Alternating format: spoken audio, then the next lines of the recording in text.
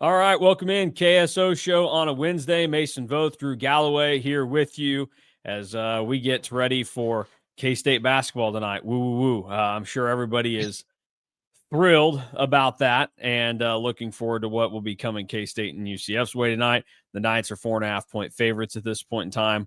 We'll talk about that a little bit later on. Coleman Hawkins not playing again this evening.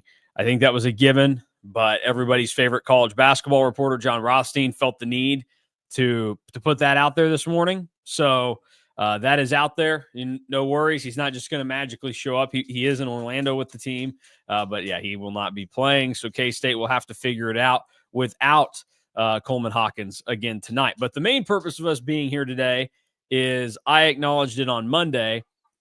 I stupidly missed the 6-month out point from the Aer Lingus College Football Classic on Sunday. We were busy. There was a basketball game going on, so I'll give myself a little bit of grace there. But so much is being made of this game. And then yesterday, I was telling you, Drew, humble brag. I've reached an age where I subscribe to my local newspaper. So my evening routine when I'm putting my daughter to bed is I get my phone out. We play a little music on it to just kind of get her, calm down or whatever. And while she's sitting there and getting ready to pass out, I'm scrolling through Wichita Eagles stories. Just, some of it, do I care about the local dining scene? Not really. My wife and I have not gone out to eat in an actual restaurant in probably ever since we've known each other. But I like to just read up on things. I take in a lot of information. My wife's like, why are you always on your phone? It's like, well, I'm always learning. I always want to be learning. I started watching the America's nature documentary that Tom Hanks is narrating on NBC yesterday. Was fascinated by it. Learned a lot about cicadas and kind of their thing that goes on there. A bunch of different other animals and stuff. So I'm always learning. So I proudly subscribe to my local newspaper. You're not beating the Scott Wildcat youngest boomer. He knows allegations. Yeah. Speaking of that, I also, I don't know, this might be a boomer thing because he's so Instagram heavy instead of TikTok now, but Alec Bussey, RIP, not dead. He sends me a lot of posts that he sees on Instagram that are like definitely suggested posts, but he always finds them funny. So he sends them to me. And there was one today that was sent, and it was like basically a meme and a bunch of different like versions of it, making fun of like how grandparents probably sit at like their grandkids' baseball games and they're like, what has this turned into? So like the first one that was on it that made me laugh pretty good was grandpa watching Aiden go 0 for 4 in $100 pink batting gloves. And it's a picture of Clint Eastwood just looking disgusted. And I was like, yep, okay. I don't understand some of the stuff that's going on there. The next one, and the best part is all these names on here are like spelled in like a new trendy way. They're all just, I once had a rant on the game about how there are certain baby names now that I don't like because I think they're trying too hard, society, whatever. And it says grandpa hearing Jackson say, check the drip, and waving around a purple sprinkled ice cream oven mitt. Also fantastic. The other one, grandpa hearing it's okay, baby, after Liam watched 3 meatballs down the pipe for a backwards K, which, by the way, Liam was the name that triggered me into that rant and frustration on the game. Was I'm just, no offense to the Liams out there, especially if you're a Liam over the age of 25, you get grandfathered in, fine, whatever. Too many Liams these days. Okay. That, folks, before you name a child, go to the Social Security website and look at the top baby names and go through there and just start doing some checking. That my wife and I, every time we think of a name for a kid, it's like, okay, we got to see where this ranked last year. How's it trending? We have a boy name that we like. Probably won't ever get to use it. I know, everybody cry for me. But it peaked. It had a little moment, but it dipped back down. So by the time I might finally have a son, I might get to use it and it'd be out of the trendy stage. But that's enough of that. We can get into the stuff that we're actually here for. But Kellis's story was essentially quoting stuff from the Aer Lingus College Football Classic people, and how it was laid out was the fact that The Aer Lingus College Football Classic is viewing this as probably going to be the biggest game that they've brought to Ireland. And the reason for that is, and this is what the quote from Brendan Meehan was, who's the commercial director of the game, said it's different from previous years because we have usually predominantly had only one university that traveled. Last year, 80% of the fans were for Florida State. The year before that, it was the same with Notre Dame. The year before, the same with Nebraska. This is the first year where it will be a 50-50 split with K-State on one side and Iowa State on the other. He did later go on to mention that Iowa State at the current point in time is just slightly outpacing K-State and how they're doing with ticket sales. So at this point, probably slightly more Iowa State fans there. I'm sure that'll excite people. But it makes sense that this would be the setup, and that should be exciting to hear that the people that are putting on the game view this as the biggest and the best one they've had. Yeah, and it's not really surprising when you look at it. I mean, a lot of the history of this game has been one team has pretty high preseason expectations, and the other team is like projected to be terrible, which is really ironic when you look at the game iteration of this past year, where Florida State was actually the team with high expectations, and everybody thought Georgia Tech was going to be terrible, and it ended up being flipped, where Georgia Tech was pretty solid and Florida State was terrible. But it makes sense. It's going to be the first time that I think both teams are going to be ranked going into the Aer Lingus College Football Classic, and I think that that's a big deal in itself, and why you kind of look at the numbers of this game beforehand. And the Notre Dame game is kind of off in its other world because Notre Dame has fans everywhere. But you look at it as this could be at least the second highest rated Aer Lingus game that they've had, because I think that a lot of neutral observers will be really interested, because I imagine we keep going back and forth about what we think that the preseason poll will look like when the Big 12 Media Days kick off at the Star. Not Dallas or Arlington. So you look at that, and we think that both K-State and Iowa State are probably being like that second or third. Maybe one of them ends up being in first, maybe not. But it's a game that really determines the Big 12 race, like right out of the gate. And I think that that'll get a lot of neutral observers into it, because both teams will also probably have a number by them. So I think that it makes total sense from what the Aer Lingus College Football Classic people have said going into the game. And we'll kind of get into this, but the way that ticket sales are going is why people were complaining beforehand.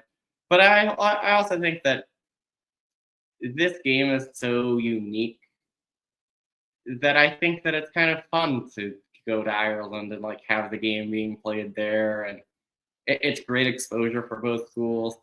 I know that in an ideal world, you would want the game to be an Iowa State home game that K-State gets to just partner up with, but you don't always get that, and I think that that's kind of part of how this goes. Yeah, I mean, it's you would like it to be a little bit more K-State dominated, and then, but also like to the point of what we've seen discussed about people not liking the game being moved. We know what the K-State schedule looks like this year. And it's the fact that the Iowa State game was supposed to be in Manhattan. So what you're actually getting this season is only 6 home games. And so then you'll play 5 on the road, the 1 neutral, and everything. So people don't like that already because you had to give up the home game here. And then I think the other part of the problem has been, and this would be kind of fascinating, we'll probably get to talk to Gene Taylor at Media Day again and really dive deeper into, as we get closer to this game, some of the semantics of it. But I think if this was K-State giving up a home game with UCF, I don't think anybody cares as much. I think it's like, oh, this is going to be fun. Yeah, hey, it would have been nice to have that 7th home game, but it's Iowa State, and you look at it and you say, okay, the Klieman-Campbell matchups, it's 2-4. K-State trailing in that department right now. And why would you reward somebody that you kind of view as your rival as getting away free from playing at Bill Snyder Family Stadium, and you get to go over there, and now it's going to be a 50-50 split? That I see why that would still be an issue for a lot of people and why there'd be some frustration. No, I definitely see both sides to the coin here. Like I see K-State's side of in this world, if you can maximize the viewership and the money, you have to do that. But I also understand like the fannings, because I mean, if Ireland wasn't being totally paid for, I would probably be pretty pissed about it too. But we get to go, so I'm like, yeah, sure. So Well, it's a trip out of the country for me. Yeah, I don't know. I look at it from the standpoint of not just how like the fans will feel about it, and we know how they feel. I mean, I was the one that I hated the way that K-State. I thought they got worked over when they scheduled the basketball series with Wichita State. Like the fact that you're going to play 2 games in Wichita, only one in Manhattan, one in Kansas City, and then it ended up getting canceled because of COVID, but they were going to play the charity exhibition in Wichita as well. It's like, what happened there? Like K-State, I think the K-State Wichita State series should continue, but K-State should have the cachet to say, hey, look, we're going to do this sucker. Let's do it. Lock in 5 years. 2 of them are going to be in Manhattan. 1 of them in Kansas City. We'll play 1 on campus at Koch Arena, and we'll play the other one at Intrust Bank downtown in Wichita.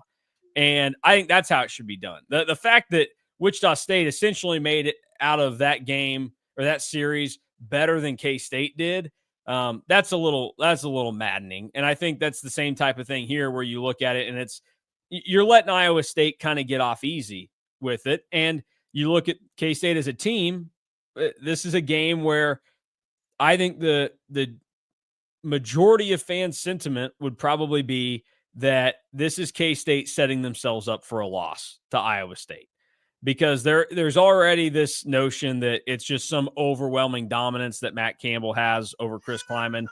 Yeah, he's 4-2 against him. One of those is the COVID year where K-State had like 40 guys that were breathing that were able to play, and not 20 of them were probably actually good. So I think that's a little bit overstated, but this team has struggled in some of these games that are set up like this, but you can also point and say they took care of business against Stanford, an inferior team, when they went to Arlington to start the season in 2021.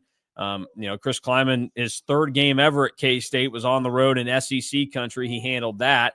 So there's really no science to it, but it does feel like the general notion would be that this is K-State asking themselves to lose this game, essentially. And I mean, do you think they're equipped to handle there's going to be the travel aspect of it, and then there's going to be a lot of pomp and circumstance that goes into it once you get over there.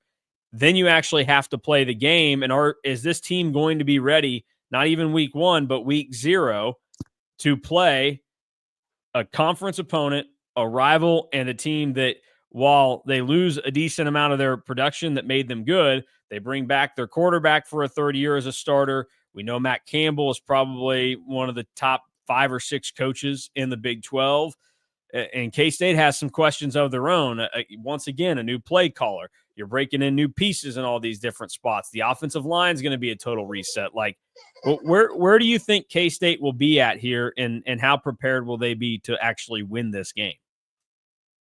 I think that they'll be pretty prepared. And I mean, you hit on the K-State side, but Iowa State's also losing 2 1,000-yard receivers. They're also losing some guys in the trenches. I wouldn't expect this to be a pretty game because it's week 0, because it's in a foreign country, because there's so many pieces, especially along both lines, that are gone. I don't think that you can necessarily expect this to be like both teams come out and play at where we expect them to be the rest of the season. But I think that K-State will be ready to play as much as they can be, and I think that Iowa State will be too.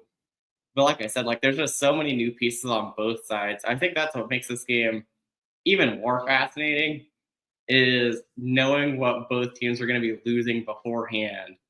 And now you're kicking off a week earlier than everybody else. You're in a foreign country. You're breaking in all these new pieces. what is that going to look like for both sides? And I think whoever prepares better is going to end up winning because of that.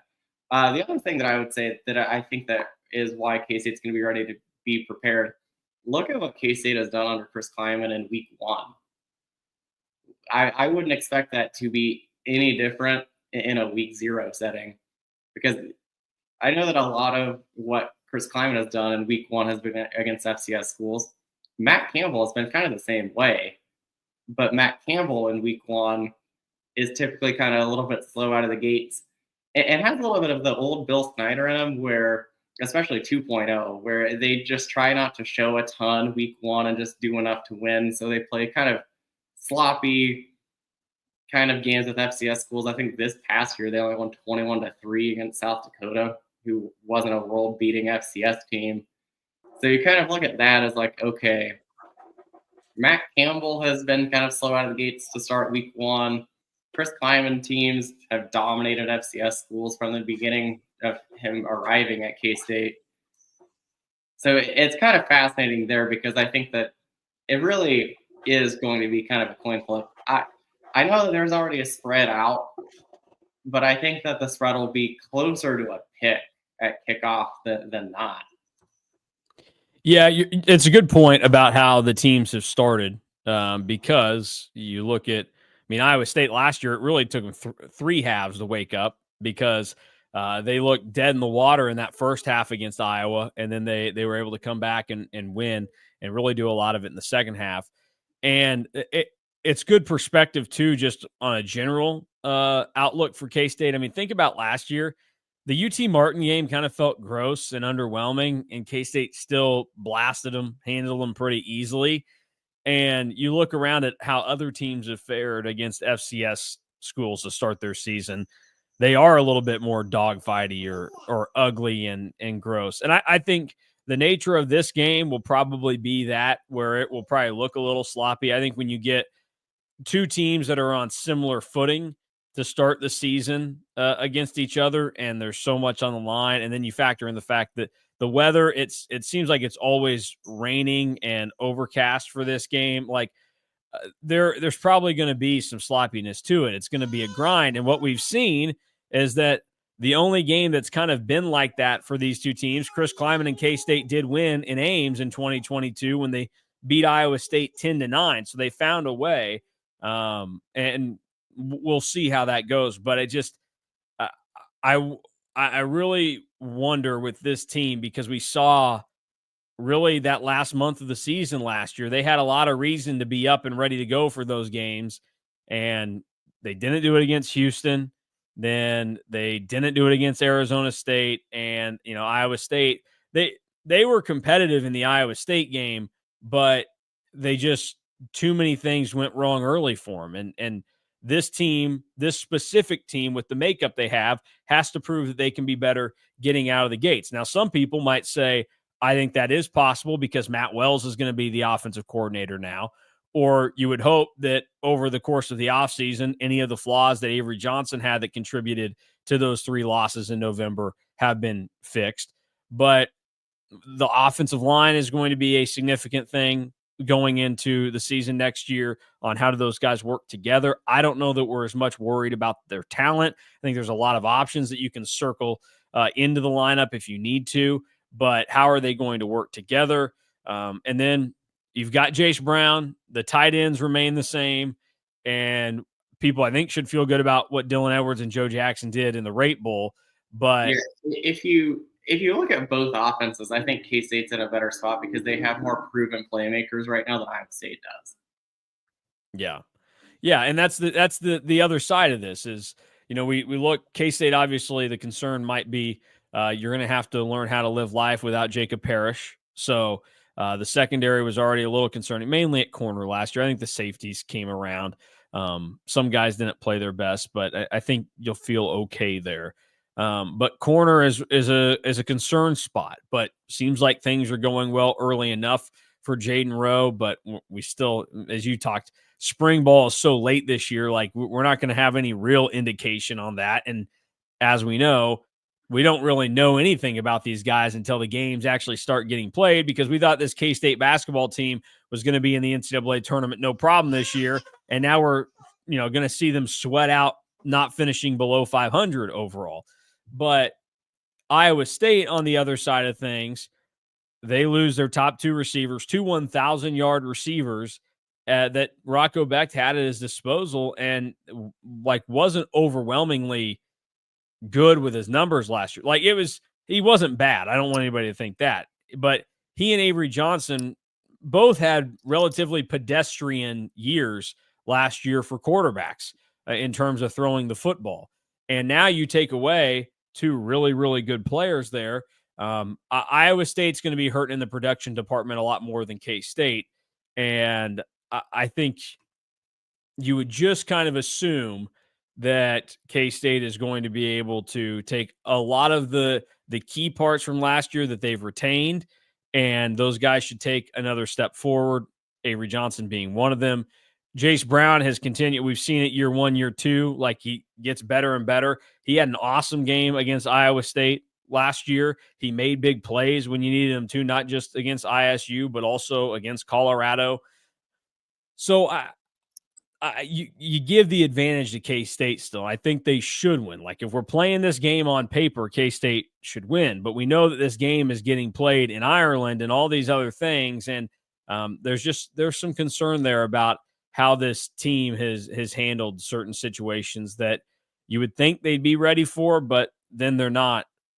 But I will say this, as you pointed out, there's probably some motivation there to make sure that doesn't happen. And I don't know if it's just me being an idiot, but I do feel more confident in this offense with Matt Wells as the offensive coordinator than Connor Riley. And that's not a shot at Connor Riley, or meant to be, but it's just I think that Matt Wells is better suited for that role.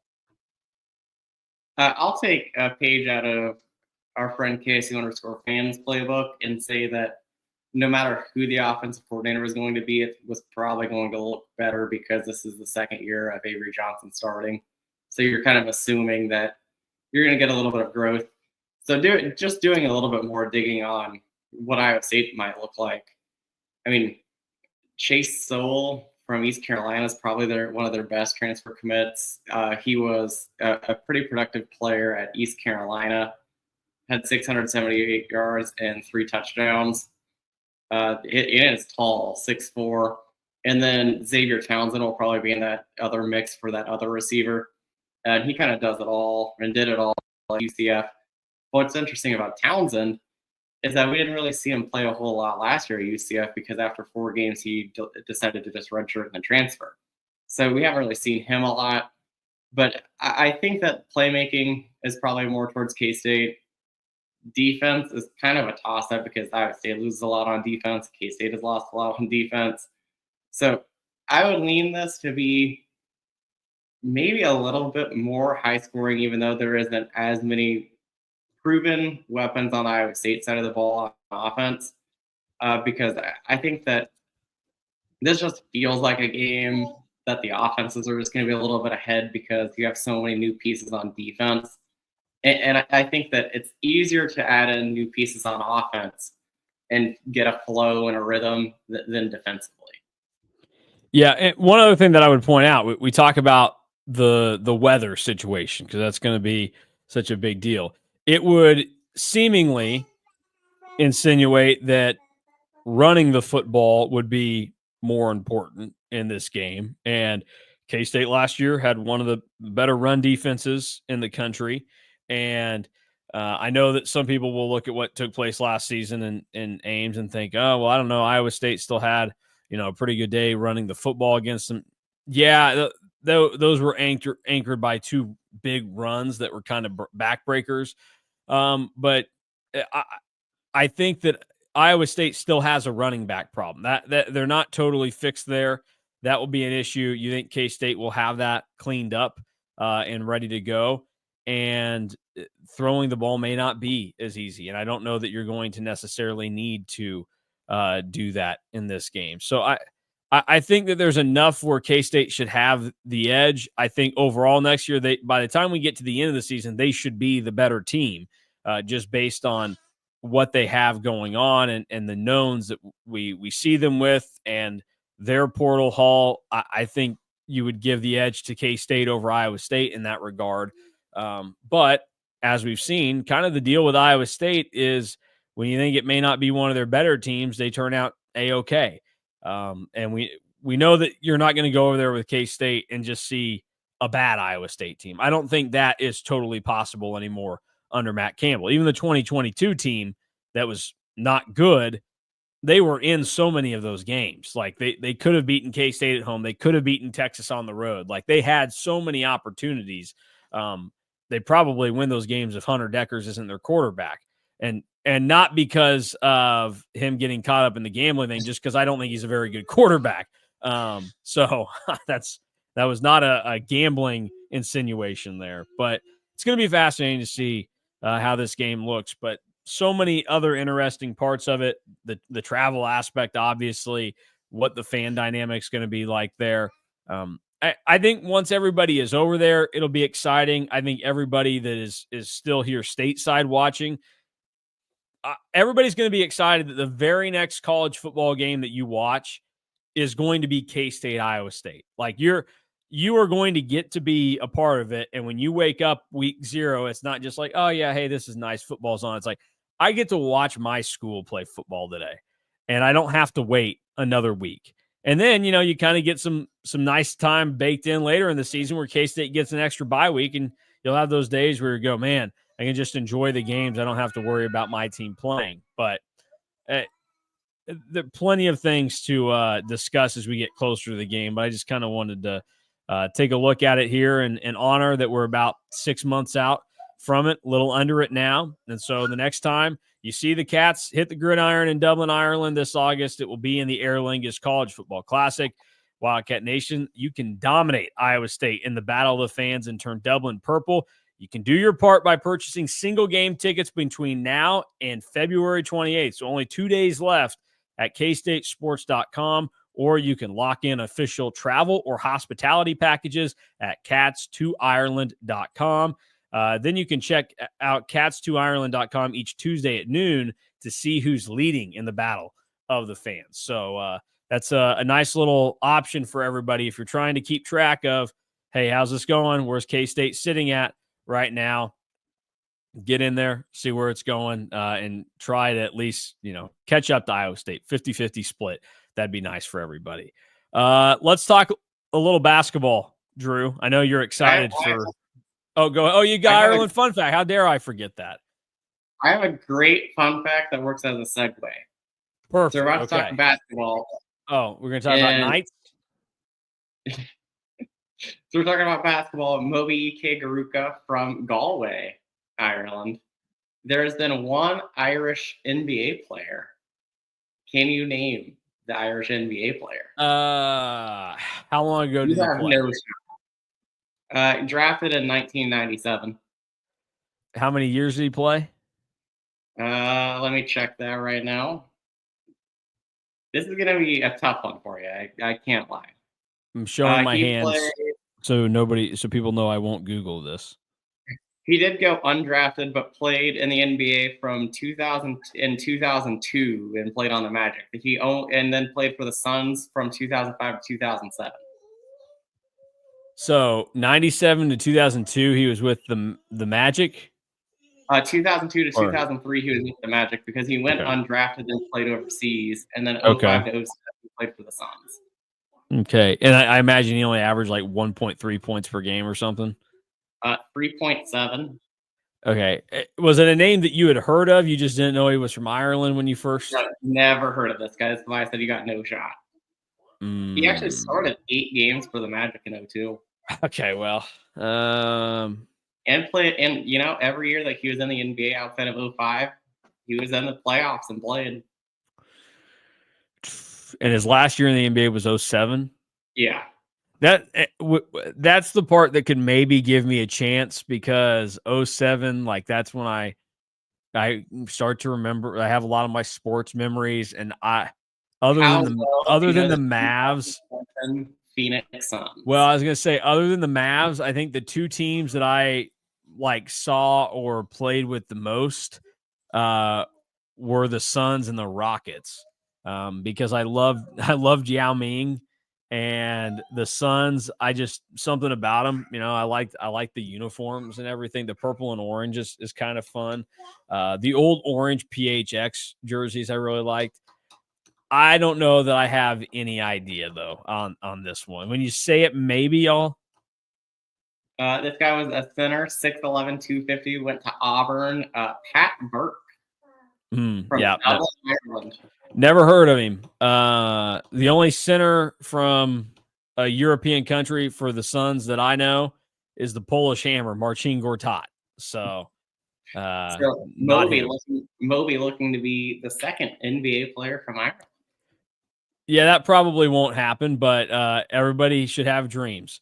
Let's talk about K-State UCF tonight. I'm sure some people are like, no, please do not. The Knights are 4.5-point favorites. Game tips off at 6 o'clock on ESPN+. The Wildcats' first trip to Edition Financial Arena as a Big 12 matchup with K-State and UCF. K-State dominated UCF to start Big 12 play last year in Bramlage, kind of surprisingly. This is a little bit of a different situation, though, because we know that K-State is in a spot where they're shorthanded, no Coleman Hawkins, and they didn't look particularly good or engaged at times in that game against Arizona State.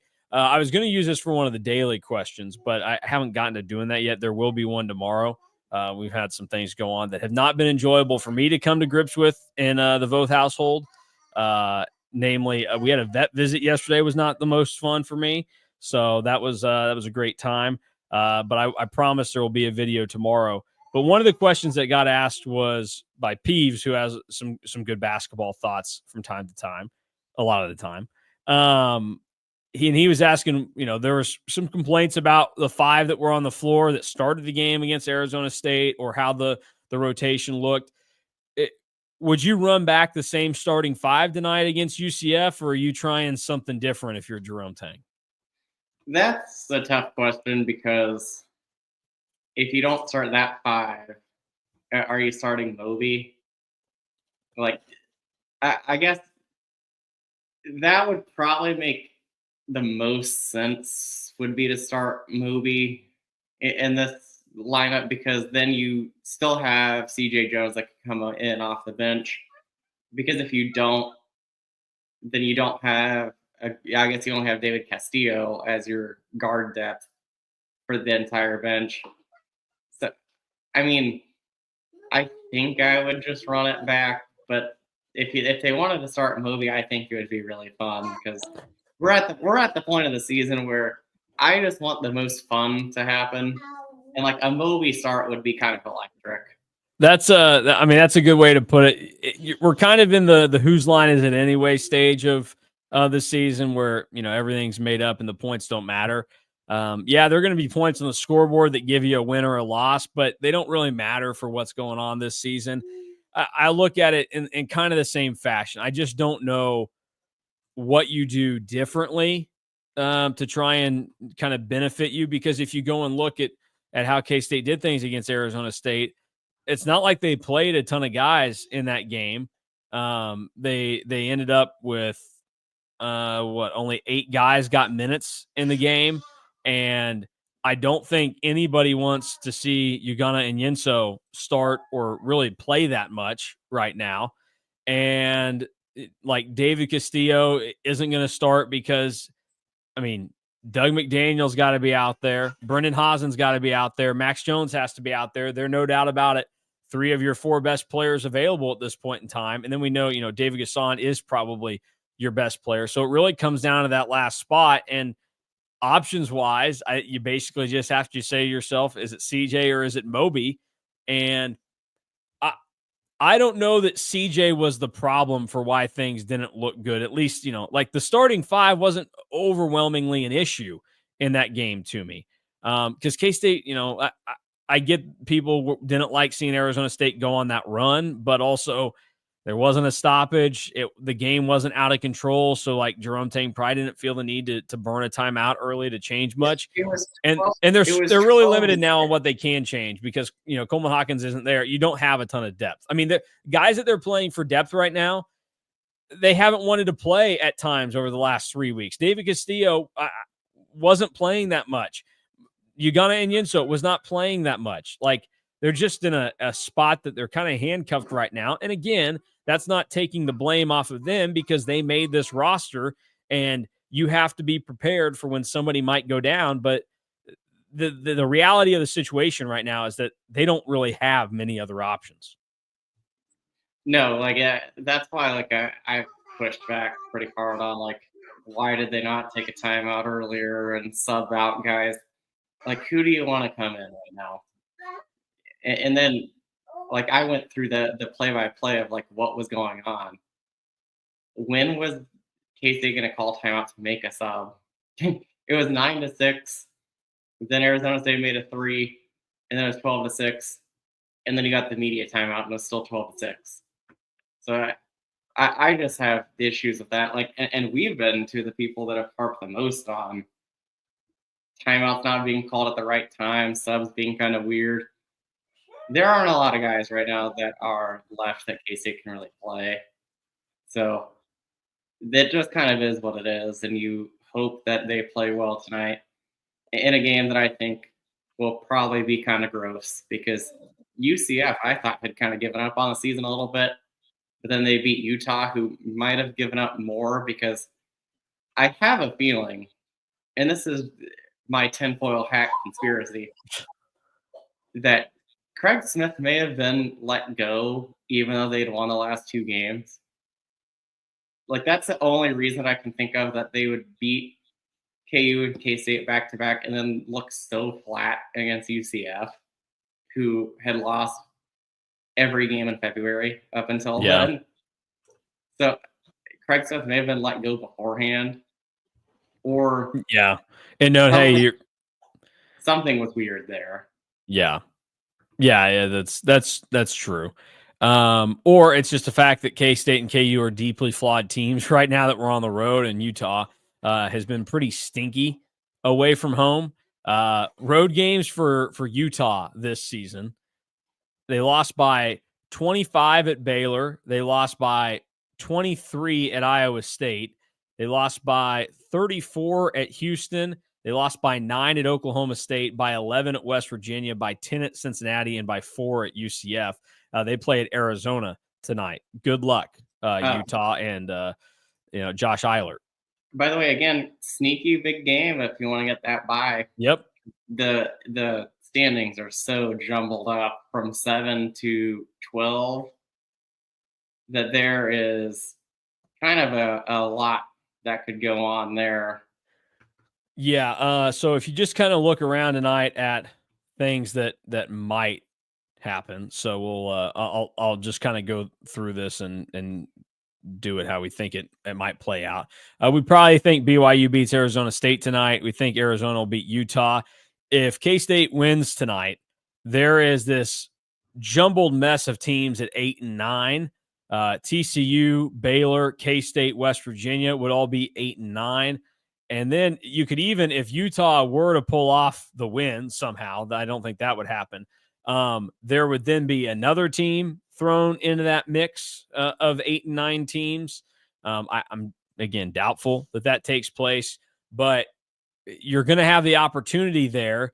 And with all those teams at 8 and 9, these final games could really dictate on what happens because nobody in that group is like 2 of these teams are going to get a single bye in the Big 12 tournament that are in this mix right now. So that is significant for what we've talked about all season long and how that ends up working out. But I'm getting kind of off the rails here looking at the standings. And I know that we are probably going to talk a little bit on Friday about the Big 12 slate this weekend. I'm going to get out ahead, and I'm going to say Oklahoma State beats Baylor. Mark it down. Love it. Baylor does look like trash right now. Confirmed. One of those teams is actually playing pretty decent basketball right now, and it's not the team that's going to be in the NCAA tournament. Yeah. Real quick, I want to go back to kind of the lineup thing and just say this, like, the number one thing that K-State has to do better is just shoot the basketball. They were 19% from 3 against Arizona State, and if you look at the first half, they were 2 of 10, and I thought they got really good looks throughout there. It just, guys like Max Jones and Doug McDaniel have to be better about making the looks they get. And then again, I'll go back to where this falls on the coaches. Brendan Hazen cannot be out on the floor and you get to the first media timeout and him not have taken a single shot. You have to get looks for him. There's only one reason why Brendan Hazen should ever be on a basketball court, and it's to shoot a 3. And it is a failure by the coaches or maybe his teammates, but either way, the coaches need to kind of dictate this better, that Brendan Hazen needs to get a good look from 3 at some point in the first 4+ minutes of the game. Before we go to that first TV timeout, Brendan Hazen needs a look.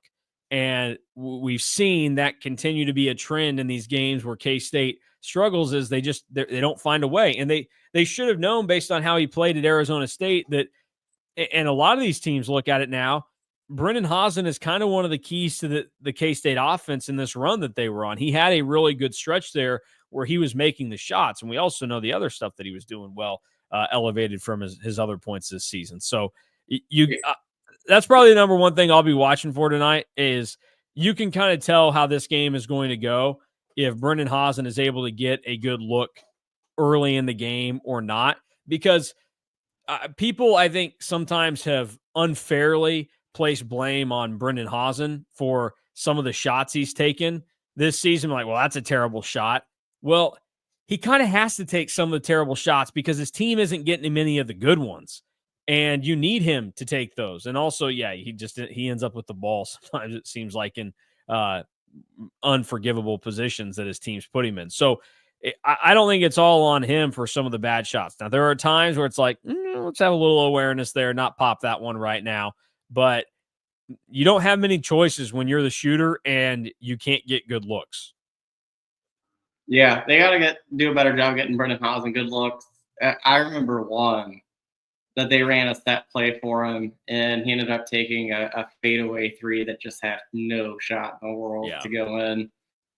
Yeah, and that's the other problem that you run into too, real quick, is just like when you get into that position, you think, oh, this is the one for me. I got to do this, because you have no confidence that you're going to get it at any other point throughout the game. But yeah, go ahead. I was going to say the other key to me for this game for K-State, if they want to win the game, is you got to get good Max Jones again. Out of all the people that have played in the last handful of games, I mean, we pointed out David Gasson wasn't very good on the Utah road trip. Obviously, Coleman Hawkins wasn't very good on the Utah road trip. Max Jones hasn't been good now for the last 3 games, so you probably need good Max Jones. And it's a home game for Max Jones, so you would expect him to kind of play well. Remember, way back at Big 12 basketball media days, this is the one game Max Jones was really looking forward to. It's a good point. I had forgotten about that, mainly because I have not been looking forward to this game. Well, I actually kind of was, when my brother was working down in Florida, and then he decided to exchange a job in Florida for a job in Tulsa, Oklahoma. So he left last week. Terrible timing, or I'd probably be down in Florida with him right now. But I will say this, size-wise, you look at the next couple of matchups for K-State, at least size in this one, and then matchup and fit in the next one against Colorado. UCF isn't an overwhelmingly large team in terms of what they're going to put on the floor a majority of the time. They are going to have that option, though, where they could go a little bit bigger. And as we saw Arizona State try, they might think about doing that here. A guy like Benny Williams might see some more time than what he had been accustomed to, and they might load up with him out there because he can be a little bit bigger. So that might change how K-State needs to go. Maybe you need, this is probably a Ugonna and Yinso game. And I said I wouldn't change anything with the starting lineup. I think if things go poorly here, you've got nothing to lose when you play against Colorado on Sunday. I would throw Moby in there for energy to try and get this thing fired up. And then I also think, just based on what we've seen at times this year from a guy like Bengot Dak at Colorado. Like, he's a pretty bouncy, athletic guy. You just have Moby try and go around and match his athleticism, but we'll see how it ends up working out for K-State. I imagine we see the same starting five tonight that we did against Arizona State. They just got to make shots, and if they do that, they get off to a better start, and they probably don't feel the need to change how they did things in the second half. Like, I think there was a lot of emphasis on the wrong things from reaction after this game, from not just fans, but like I think Jerome Tang in some ways, that the first half wasn't really that much of a problem. It was seriously just, well, K-State was down 6 at halftime. 2 of those were threes that Jaden Quaintance made. I guarantee you, Jaden Quaintance is not making another 3 the rest of the season. And K-State got good looks that just didn't fall for guys that have shot it better over the last 4 weeks in Max Jones and Doug McDaniel. You didn't get the looks for Brennan Hausen. If you just make some shots in the first half, I think you're fine. And then I think Jerome Tang, they kind of changed how they worked on offense in the second half. And yeah, it got David Gasson going, but it got nobody else going. And the offense looked way worse and you fell behind. And then some people harped on defense and everything. And it's just like, you didn't even give up 70 points in the game to Arizona State. Defense was not the problem there. You got to get the offense figured out without Coleman Hawkins because obviously he's been such a big part of it. But my guess is people harp on the defense because they let some open looks go, but then you look looks and Quaintance had only made 5 threes going in. Ali was 28%. Yeah. So you think of that and you're like, yeah, it probably doesn't look great because they're open looks, but those guys were open for a reason. Like that, K-State did the same thing against Iowa State, and it just worked out because the non-shooters didn't make the shots in games. Yeah. I will say on the Amir Ali front, you go back and you look now at his last 5 games. He is, I'm doing math here real quick. This is fun to listen to. He was 11-4. He's 10 of 22 from 3 over the last 5 games. He's getting more looks from 3 during that stretch. He's doing a better job of shooting it there. I think his poor shooting was probably a little bit not who he was throughout the different points of the season. So I would just put that out there to be aware. Like, I think that's a misstep by them to not do a little bit better of defending Ali. The Quaintance thing, I'm not going to fault anybody for looking at that guy, his numbers and his shot and be like, we really need to get on him. And there were points in the second half where I thought actually K-State getting a little bit closer to him was a bad thing because then he passed on taking some of those threes that I thought he would have and instead tried to drive and got K-State into a much more dangerous situation. So we'll see how that ends up playing out and moving forward. But do you have a pick for tonight? I did pick in preview. I'm probably an idiot, and I took K-State. I for some reason, I think they can get it figured out. I think UCF, obviously, they've got their problems too. That's what some people forget sometimes is, while K-State is not playing well right now, there are other teams that suck in this league, and UCF is one of them. I'd feel better about what K-State has than what UCF has on a night-to-night basis still. So I think K-State wins. I think probably 78-70 if they're going to win this game. I think K-State either wins this thing by a semi-comfortable margin or UCF wins. Yeah, I'm also probably an idiot, but I'll have to go K-State 75-67. Okay, all right. Well, we'll be back after the game tonight. We'll be wildly wrong about it. I'm 100% sure of that. And, we'll see. Everybody come back, react with us tonight after K-State UCF. It'll finish up just after 8 o'clock down in Orlando. So we'll be here recapping it all. And if you want more KSO, you say, man, I only caught the basketball talk. Where was the football talk? You can go back, watch all of this on the YouTube or listen to the podcast that'll be up later today. You can also go to KStateOnline.com, become a KSO member if you're not. Get your access to all the info that we provide, premium message boards, and a lot more. So sign up for K-State and your On3 membership at KStateOnline.com. We will be back on Friday with a KSO show for you, talking about everything. Probably a big weekend preview because, again, we care about baseball right now. The Batcats win. We care about baseball. They don't. I'm probably going to gripe about it looking ugly, but it looked fun over the weekend down in Texas. They're back down there. They've got a big one this weekend, starting with LSU, the number 2 team in the country. So for Drew Galloway, I'm Mason Voth. We're out of here. Thanks for watching and listening to the KSO Show.